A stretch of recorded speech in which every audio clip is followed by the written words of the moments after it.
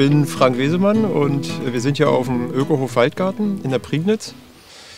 Der Hof wurde gegründet vor ungefähr 20 Jahren und wir machen oder produzieren hier hauptsächlich Biogemüse und Bioobst und das aber auf eine, ich sag mal, spezielle Art, weil wir versuchen hier Permakulturkonzepte, im Speziellen auch das Waldgartenkonzept und die Gemüseproduktion zusammen zu entwerfen, wo es ein bisschen um diese Kernfrage geht, wie kann ich Nahrungsmittel für viele Menschen produzieren, ohne die Umwelt und die Naturstrukturen zu zerstören, sondern vielleicht sogar das Gegenteil erreichen, nämlich Lebensmittel produzieren und sogar das Ökosystem positiv aufzubauen.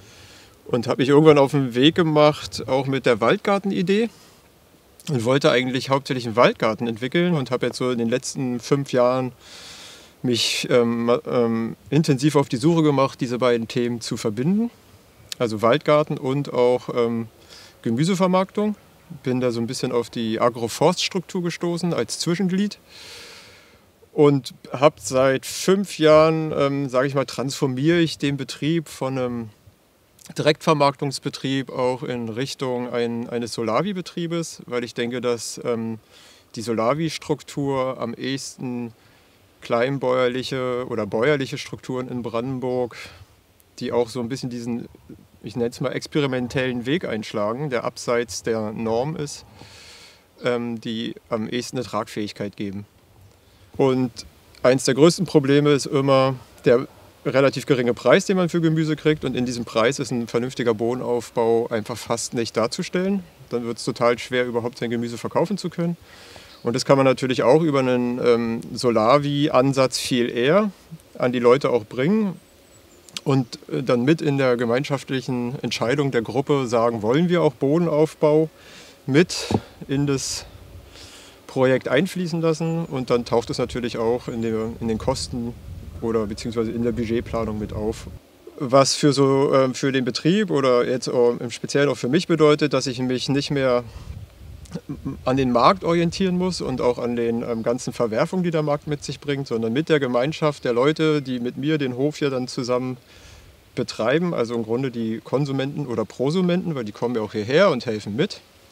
Und man hat eine komplette garantierte Abnahme. Also man produziert nicht ins Blaue hinein für irgendeinen Markt, wo man dann oft von dem Preis unter Druck gesetzt wird, sondern es wird am Anfang des Jahres entschieden, wie der Betrieb sich entwirft und auch wie er finanziell ausgestattet wird. Also hier auf dem Hof arbeiten feste Leute, also 5. Wir sind fest zu 5 und in der Hauptsaison kommen immer noch so 3, 4 Leute dazu. Und bin eigentlich gerade aktuell auch auf der Suche, noch Leute hier auf dem Hof zu kriegen, die auch in die Verantwortung gehen wollen und aktiv mitmachen wollen. Also wirklich einen nachhaltigen Betrieb hinzukriegen, der tatsächlich Bodenaufbau generieren kann, damit Kohlenstoffsenken aufbaut, weil wenn ich Bodenaufbau generiere, heißt das ja auch gleich, das ist ja im Grunde Humusaufbau und Humus besteht zu 40% aus Kohlenstoffverbindung und damit baue ich automatisch Kohlenstoffsenken auf, was wir, glaube ich, dringend brauchen, weil wir müssen ja irgendwie auch gegensteuern.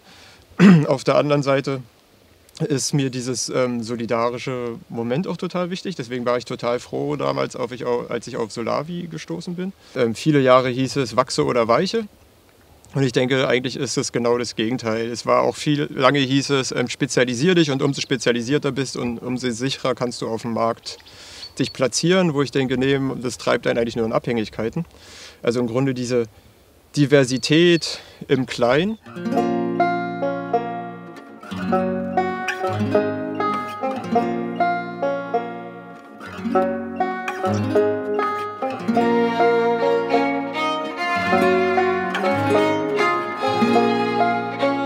Ich sage immer, eine Vision entwickeln und aus der Vision die Handlungsstränge zu entwerfen, finde ich ganz wichtig.